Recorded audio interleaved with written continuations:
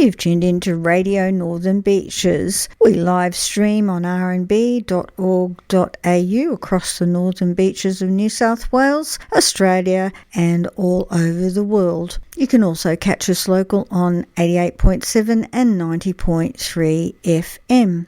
Our podcasts are available at your convenience at rnb.org.au or rnbpodcast.com.au. So you and your friends don't miss any episodes. Don't forget to follow and share. Now here's our latest podcast. Hello again, listeners. Community Radio, Northern Beaches, 88.7 and 90.3 FM, streaming live on our website all around the world, of course, www.rnb.org.au. Our program's Community Voices, and I'm Michael Lester. You can also catch our programs if you like our in-depth discussions on a whole range of community issues with community people and people who know about issues of concern to the community. 30-minute interviews, the whole archive of a few hundred of those you can find if you Google Michael Lester Mixcloud. We're also now, as Radio Northern Beaches, podcasting on Spotify and other platforms. If you Google Radio Northern Beaches podcasts, you can find much of our material there. With that bit of a plug, I'm very pleased to welcome again two Community Voices here. Sue Heins, of course, the well-known to us all Mayor of Northern Beaches Council. Thanks for joining again, Sue. My pleasure, Michael. As a bit of a segue, I was just down at Manly Beach, and for the first time, I've been going there, man and boy, for over 60 years. I have never seen Manly Beach in the condition I saw it today, with this huge sand erosion, with all the rocks. It was a huge surf, but I, in 60 years, have seen many bigger surfs, but never did they do this sort of damage that I'm ever aware of. What's going on there? What we've noticed is these movements of sand, which is normally due to probably what you would call more extreme weather. It's certainly very localised, but at the moment, even as we speak, there's massive winds where we are. So yes, beach erosion is certainly an issue and something that we monitor a lot. Normally we get two main weather events where we're declared disaster areas at least twice a year. These cost a lot to repair, so we do try to put some money to one side to mitigate that. Even with the payment we get back from state government, it can take years to get that money back. So even the other week, we got a payment back for a disaster that was declared in, I think, 2019. It just takes a long time. It's a real kind of slow movement of money around to make sure that you keep everything as safe as you possibly can. A lot of the time when the sand gets eroded, the sand normally moves in a circular fashion and it moves offshore and normally returns back after a couple of months. But each time it moves, it of course creates a vulnerable area of, like you just described, unearthing previous revetments that have been put there to try and protect the coastline. Quite commonly underneath the sand that we take for granted that's there is rocks, trying to protect what's there underneath. And some areas are more vulnerable than others, that's for sure. It's a big national issue, of course, about how council have or don't have, and certainly don't have, the resources to put in place not only the disaster repair work, but the in advance and upfront work to build resilience. Absolutely, which is why, our council is part of a group called Sydney Resilience. Each of us councils are normally there for various reasons, being one of the largest coastal councils. We certainly are there representing coastal erosion and coastal issues. But in the same breath, we've got councils there like Blacktown who are there because of extreme heat stress. Everybody tackles it from a different area, and it's the sharing of knowledge to make sure that we all work together to try and make our communities much more resilient, as the anticipated weather events certainly make looking after everything very challenging. But Northern Beaches has a whole combination of these. We mentioned beach Mm, erosion, of course, but we've got water and flooding issues, but we've also got very significant risks on the bushfire side. So there's huge absolutely. challenges there. And one of the concepts you mentioned talking about the beach and whatever is beach monitoring. And I wanted to ask you about the beach pollution situation because we've recently come through a time, and perhaps not fully resolved, where the monitoring of the beaches and their quality for swimmers has been under threat. And there seems to have been a temporary fix put in. What's going on there and what's the outlook? Yes, you're absolutely right. The state government has decided to defer that for at least, I think it was a year or 18 months. It's a problem that won't go away though, because it sometimes feels like we're being told that we own every beach, where in reality, as we know, half of Sydney comes to the beach in summer. So it's the public amenity for all the visitors as well as just for the locals. That's really important. And I just read, I think, or heard on the radio the other day that those pollution balls have washed up now at another beach somewhere, the ones that were on our beach. So we certainly have to work hard to make sure that we keep things as clean and presentable as possible for those that are regular beachgoers.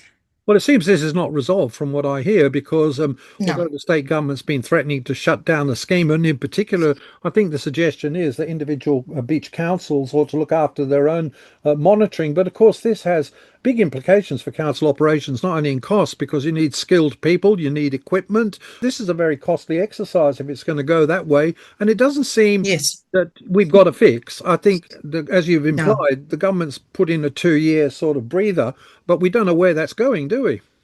No, no, we don't know. And at the moment, we don't seem to get much warning when the state government has an idea. So yeah, stay tuned is all I can say because in reality, I don't think it's a problem that's going to go away. And in the scheme of things, I don't think it costs state government all that much. So maybe they saw it as low hanging fruit of just a little bit of something in their budget that they could prune off. But it just doesn't make any sense when you want the beaches to be as safe and clean as possible for all the users. Well, talk about keeping the beaches safe, of course. The shark nets have been a long time controversy, with all the scientific evidence pointing to the fact that these shark nets neither catch the sharks they're supposed to, and the ones they do, they seem to catch from the beach side rather than the other side, and that there's a huge cost to biological diversity and bycatch with turtles. What's the situation now? I believe council wants to remove them. Have they been removed? Has the state government decided to remove them? Okay, so the current state of play is we're in a holding pattern waiting for the state government to make a decision. So currently there isn't a single shark net anywhere. They always get taken out after summer. And this time they were actually taken out 1 month earlier due to green turtles being caught in the nets. So I think people forget that this whole discussion about how scary it is not to have a net, they forget that actually if you go to the beach at any other time other than summer, there are no nets at any of the beaches. So currently, the state government wants to put nets, or so they say, they want to put nets back in shortly, which is why the discussion about shark nets has been happening. Our council has not changed its position. We had a resolution back in April 2021. The data that we keep getting shown, which comes to us every year or two, constantly shows how inadequate shark nets are. We have been trialling for at least 5 years now other technologies, shark drum lines, listening stations, drones, and they seem to work really effectively. There's still shark alarms that go off. That's normally because these animals have been detected, and that's what clears the beach, not necessarily the shark net at all. And I think there's a false sense of security when you think you're at a beach with a shark net. I suspect a lot of people probably think a shark net is strung from headland to headland and anchored somewhere down below. But most of the time, these nets are only 150 metres wide and float under the surface. So I don't think people really understand the fact that these shark nets just float around and sharks swim under them, over them, around them. We're lucky in our area. I don't see the sharks a place here where they are nurseries like they are up north. They're normally travelling through. Sometimes they're chasing bait balls, but in majority of the time they're just passing through. So we have said over and over again that we're advocating for the shark nets to be removed off all the beaches. We don't hold the data on shark nets. We don't hold the data on anything to do with what's in the water. We have the data of the people at the beach and standing on the sand, but we don't have the data of what's under the water. That's what the state government has. We've said to them over and over again, to the state government, we're happy that they're thinking of progressing this further. We'd love it if they would just don't put any of the shark nets back. What we also have said is the New South Wales data identified Palm Beach as a potential place that catches no target species but has the highest number of non-target marine animal deaths on the northern beaches. So, we're happy if they just choose one. We're happy to work with the state government on this, but for them to say that the council make a decision about a beach is wrong, because we're not the data, we're not the people with the data, they are. Our guest here on Community Voices Radio Northern Beach is Sue Heins, of course, the Mayor, Northern Beaches Council. From time to time, we like to try to catch up with Sue on some of these issues. One of the issues that's generated a lot of heat around the place, and I'm wondering where we're at with it, is, of course, the state government's planning reforms to go to medium density development and to set targets. How's this been impacting? Is this working out in a way that council is finding both practicable and in line with their own powers and responsibilities? The impression that the response in our area is surprisingly low compared to other council areas, because I do speak with other mayors, and I get the impression that we've certainly had a lot of dual occupancies submissions come in, which, because in the former Warringah area, dual locks weren't really allowed. So there certainly is an influx of that. There is some DAs starting to come through for the low, medium rise density plan. Just recently at council, we just voted to amend our development control plan in relation to the low and medium rise density to kind of try and keep a bit of a balance on the diverse housing that we need, and also protect what makes some of our suburbs special. So these controls set clearer requirements for issues like landscaping, urban design, heritage and sustainability, so that the new developments fit better with the character and amenity of the established neighbourhoods that they're going in. But we actually, as a group of councillors, have a whole day workshop in November as well to deep dive more into the DCP, because the feedback from the community seems to be that they want to see adjustments to tree planting and deep soil requirements, and clarification of height controls, and some minor changes to side setbacks. So we're working with that, as well as heritage areas and EV charging. Is this a case of council having to work within a predetermined framework decided by the state government on planning grounds, where basically, as I understand it, the state government will draw lines around a map and say, this area here we've decided is up for X number of medium D stuff, and all the council is left to do is A, to live with that and the community, whether they like it or not, and B, to attempt to make modifications to some of the details of how these numbers are achieved in that area by the sort of modifications you're discussing and have just mentioned?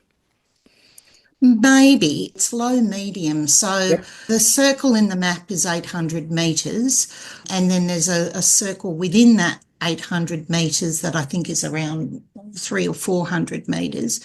So the 400 metre mark is where you can have 6 to 8 stories. 800 metres is more 3 and 4 stories. So shop top housing, that kind of thing is what the state government is declaring those 7 centres of ours to be. Mona Vale will be an interesting issue because the centre of Mona Vale is primarily commercial industrial in there.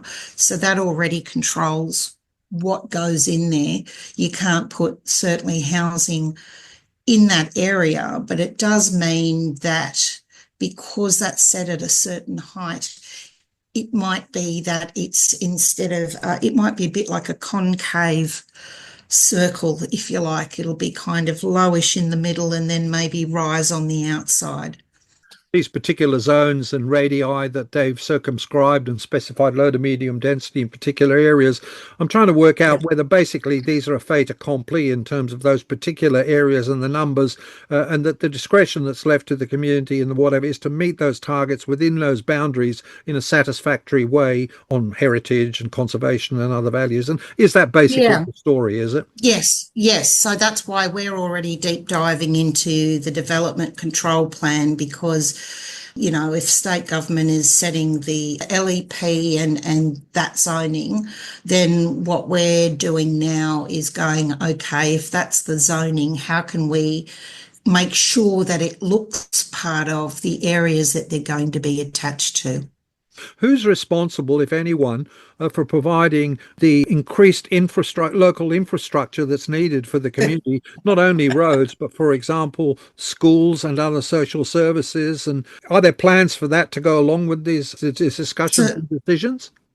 That's a great question, Michael. I don't know the answer to that.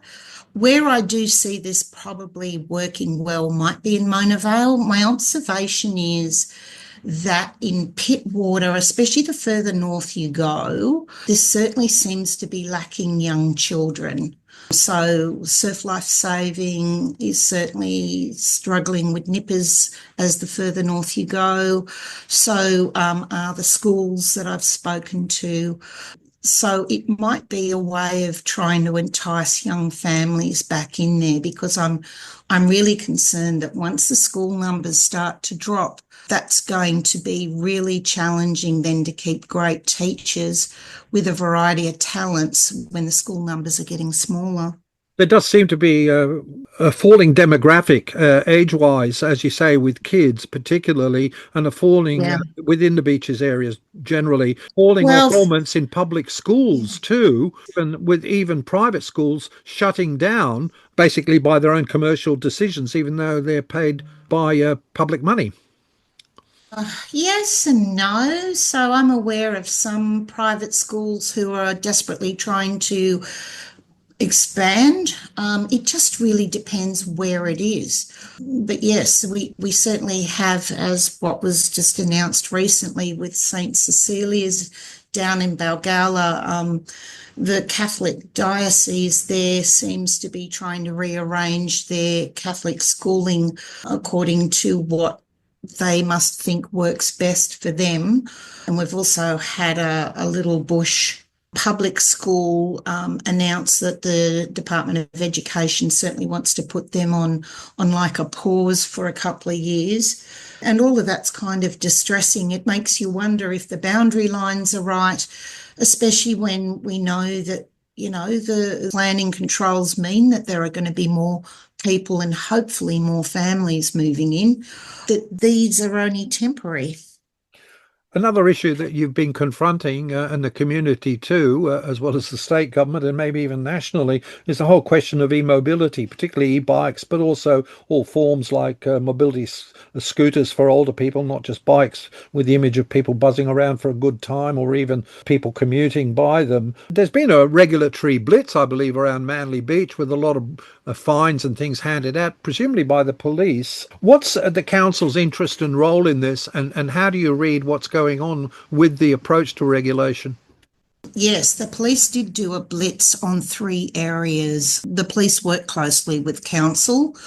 so that they're aware of areas to go. So there were actually 3 areas, Manly, Dee Why, and I think Mona Vale were the 3 areas that were all blitzed. It had an operation name. It's such a challenging area to kind of work through because we know that there's not enough regulation, that the state government need to change the laws.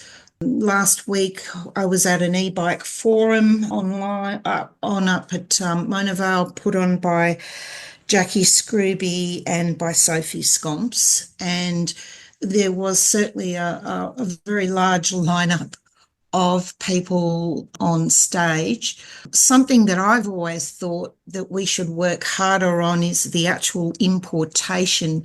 So there was someone there from, I think they're called WeBike, and they work with the importation laws. What I didn't realise was back in 2021, there was a decision made to change the law on importation, which is why there's a sudden stream of highly illegal, well, what we would consider illegal bikes. Now that genie is out of the box, it seems like it's very challenging to change it back. It was a decision made, I suppose, at the time for a particular political reason. Why, I don't know. But I just think the fact that we're importing bikes that can sit 3 people seems wrong.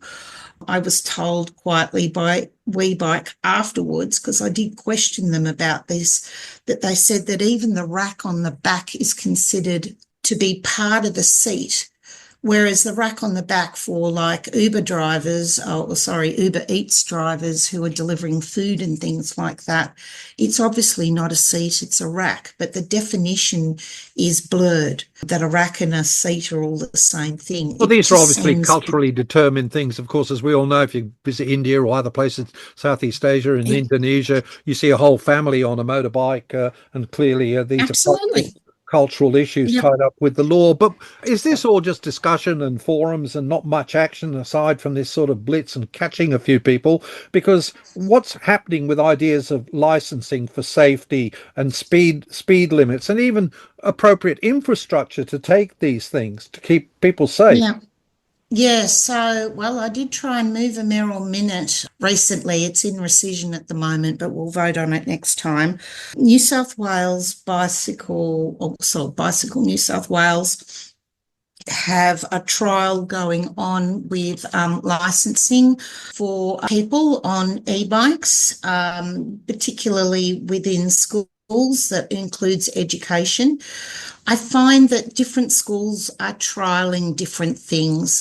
There's also a very brand new charity down in Sutherland Way somewhere who's also trialling like a registration plate to go on e-bikes. I'm aware that some of the schools have created contracts between parents, child and the school where there is an agreement on the behaviour on the bikes and what speed they ride them.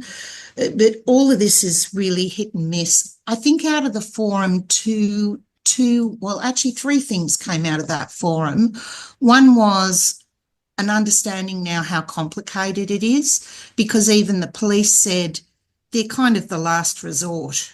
There's a whole heap that should be happening before it gets down to them, but even them with their limited powers, there's only so much they can do, and obviously only so many resources they can throw at this. But the 3 things I saw was there was an understanding of how complicated the environment was. It's not as black and white as people think. There's terrible road rules with transport for New South Wales that I think need to be changed. The state MP had made a commitment about what parts that she could do and that she was going to lobby for that came under a state government remit. And the federal member also had her remit of what she was going to do, so that each of them were working at the capacity of what they can at their level of government. Bottom of the rung, obviously, Michael, is council, but we've been working hard in the past, and we still do. It's certainly an education piece that we keep working on. I mean, we were lucky enough to win a national award just recently for our communication about e-bikes.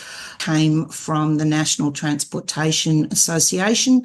So, I mean, we're trying as much as we can in an environment which sadly just needs a lot more clearer guidelines and legislation about what can and can't be done. We're in conversation here, Community Voices Radio Northern Beaches, with Sue Heins, Mayor of Northern Beaches Council, about a range of issues, engaging the council on behalf of the community. As we wrap up, one last question in the remaining 2 or 3 minutes we have left, Sue.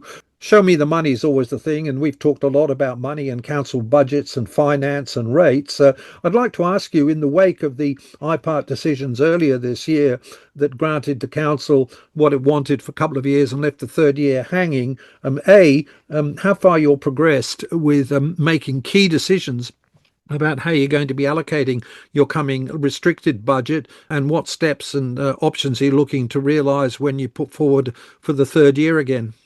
Well, I don't know if we'll be putting forward for a third year, in all honesty. Oh. I think that will depend on how far we get to. If you go to the council website, there is a special page dedicated to the SRV and its progress. It has there already the list of what we will be doing in the first year, and it will be showing as we're going through. It'll be showing how far we get through that within the 12 months. Obviously, we also have a lot to do on repairing potholes once the road base dries out. That'll be another thing, obviously, that needs to be looked at. But you'll see that there's actually quite an extensive list on that. Sure, a very comprehensive list, but I suppose the question to ask of you is, where are the real stress points? What's being put pressure on in terms of financing in that list that's realistic within, let's face it, the non-sustainable caps that are being imposed on your rate increases? What's giving in this list, and what's going to have to take priority, and other things are going to have to drop? Have we got some major choices there or not? We said it would be roads, footpaths and stormwater. That's exactly what we're putting the majority of that money through to. There are some projects that we had already put funds aside for. What I am seeing, though, as I'm going around and visiting different associations and groups, is that for some reason they seem to assume that council will continue to give them money for building projects, and I'm looking at them and saying very honestly, I'm sorry, but we've got to maintain budget now. We're not building, we can't afford to build anything new. Work with your local MPs to see what funding is there, but don't expect council to be able to add money into that pot. It'll all depend, I suppose, on the expectation. I just find it strange that surely you would have had to have been blind Freddy to not know that for 6 months the community seemed to be in uproar about any kind of rate increase. But on the other hand, still expect for all your projects to be built.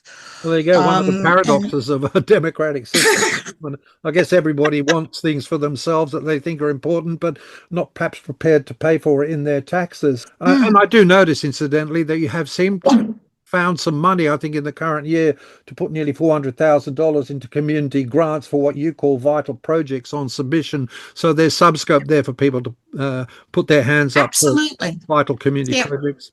We still have the funding for grants. Those budgets were never stopped. And we do always seem to get a lot more organisations in need than what our bucket of money can carry. And I'm sure that's the same for any level of government. But we do have continuous conversations about how many times should we keep funding this organisation, and maybe we should be helping this, or can we enlarge the bucket so that more money goes back out into the community to support those that are doing incredible work in the community. Well, look, thank you very much, Sue Heins, Mayor of Northern Beaches Council, for joining us yet again on Community Voices Radio Northern Beaches. It's always a pleasure, really, to listen to your well-informed insights that you give us into these often complex trade-offs and choices that have to be made in the interests of a local community and the services and investments that are made on the community's behalf and through their rates. It's, as I say, always well-informed and insightful. So thank you very much for joining us, Sue. My pleasure, Michael, as always. Australia, the lucky country. We've got meat pies. We've got the world's best beer. But most importantly, top of the list, we've got Radio Northern Beaches 88.7, 90.3. Now hitting the entire world on www.rnb.org.au.